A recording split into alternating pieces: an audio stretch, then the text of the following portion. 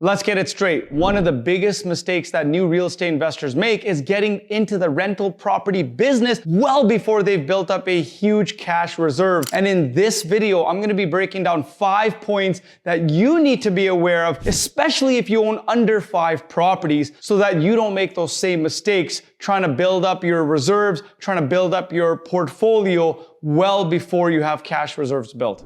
A strategy that I wish I started implementing back in 2008 before I bought my first 2 properties was I wish I had focused more on active income strategies that generated more cash today. And what I mean by that is flipping and wholesaling properties. I wish I had spent more time on this in the beginning before buying my first 2 properties, which were rentals, which again did generate some money, but it was like $100 to $200 a month. And it sucked up all the cash that I had saved up. I wish I had focused on flipping, because the profits from flipping and wholesaling, well, those would have generated me some cushion, some financial stability, so that if I did decide to go buy rentals, I would be in a better spot. And the thing I'm going to talk about more on this video is some things that you can do right now in your business, especially if you own no properties, or maybe you've bought 1 or 2 and you're just like, man, this cash flow is not enough. It's not enough to live on. Maybe you do have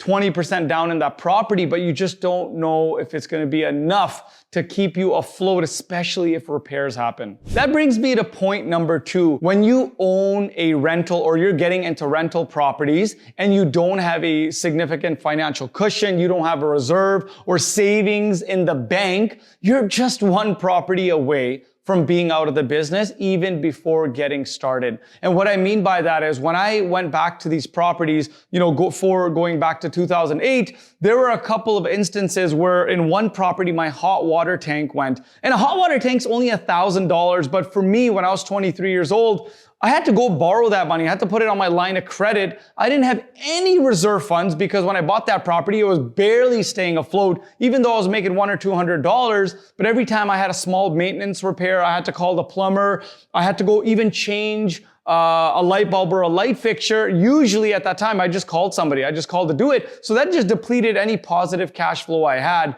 So if you're looking at getting into the business, you need to consider these things. If you have a furnace that goes, a hot water tank that goes, you get a roof leak, and you don't have a bunch of savings in the bank, which is obviously probably the reason you want to get into real estate, you don't want to be dipping into your loans or lines of credit, which is actually most investors' reserve funds. They don't have reserves in the bank. They just go into their loans and lines of credit. So again, don't put yourself in that situation. Then this is one of the reasons that I go back to my point number 1 is if you want to build a portfolio of rentals, you want to go into multifamilies, that is great. But in the beginning, you need to focus more on building up that reserve fund, those savings for a rainy day. This brings me to point number 3. Having those reserve funds, it's not just going to help you financially, but even emotionally, it's going to give you that financial stability you need, where you're just not scared. You're not like, oh my gosh, if my tenant moves out on me, or if they smash the walls like they've done with our properties in the past,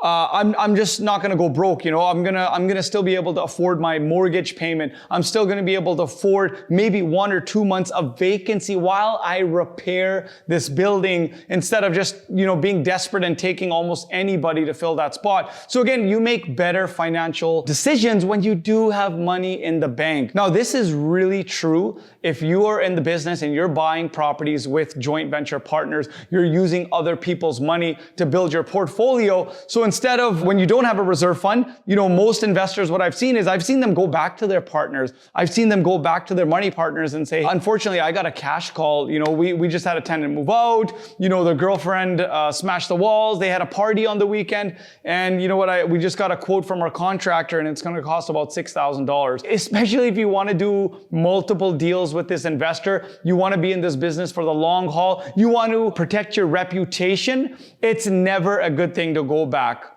to your partner, especially if you're buying properties using other people's money. So that's another thing, is one of the key indicators of your success is going to be, well, how much money do you have in the bank, right? To operate, to run your business. So you're not just relying on your refinances on your properties, and you're not just relying on the market to go up so that you could actually pull out money. And you're not just relying on, which is worse, it's just your cash flow to actually build a business. Point number 4 is you need to resist the temptation when you do have a reserve fund to use that money on your own deals. And what I mean by that is, if you are flipping homes and you are actually starting to build up a nest egg of reserves, and your end goal is to maybe get into multifamily, you want to buy rentals, keep that reserve fund for yourself, for your business. Because if you do, let's say, one bad deal and you have 50 or 60 grand saved, well, guess what? It's all gone. Especially if you are borrowing money. You want to keep building that reserve fund,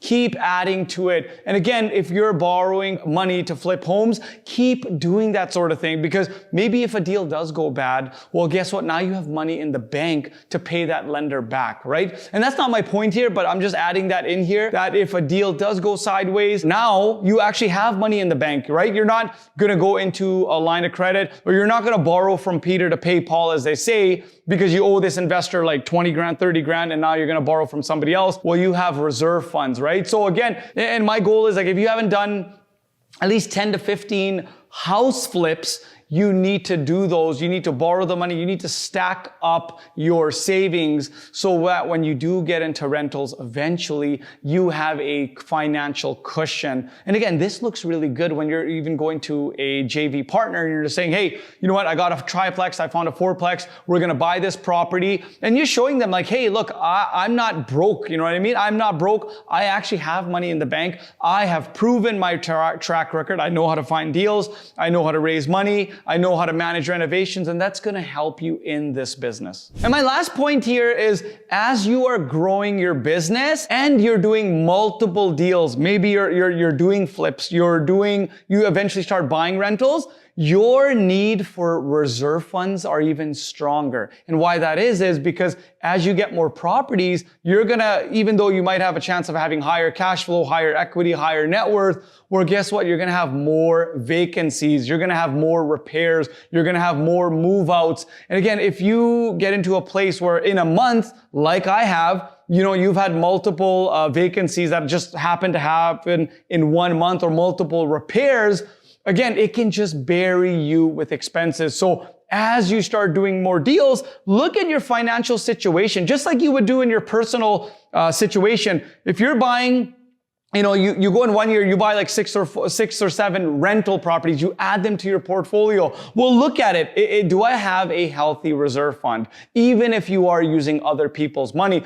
do I have enough money here to, you know, stay afloat if something were to go bad, right? And again, think worst case scenario, because that's not how most people think, right? They just think everything's great. And I know so many investors today that are house rich, cash poor, right? They got a bunch of equity, they have properties, but when you look at their own personal savings account, it's barely anything, right? They have nothing there. And if 2 or 3 things go sideways, interest rates go up, as we've seen in the last 18 months, repairs happen, again, it'll just bury you. You'll be in a negative situation so fast. And again, this is as sad as it is. This is how people quit the business. They leave the business. They're not in it as long as most are. I've been in this business since 2008. So 17 years now. And these are some of the fundamental principles that I've implemented in my business. So I avoided those things. And again, this hasn't been a perfect journey. I'm telling you this from experience. You know, I'm telling you this because I have made these mistakes, and I don't want you guys to make those as yourself. So again, at the end of the day, the conclusion, my point here is, if you're looking at getting into rentals, or maybe you've bought 1 or 2 properties, you need to stop doing that. You need to go and look at active income strategies like flipping, like wholesaling. Build up that reserve fund so you feel confident, and that you know that, again, if a deal did go sideways, that you can go and pay for it instead of borrowing it from an investor, putting it on your line of credit, borrowing it from your credit card.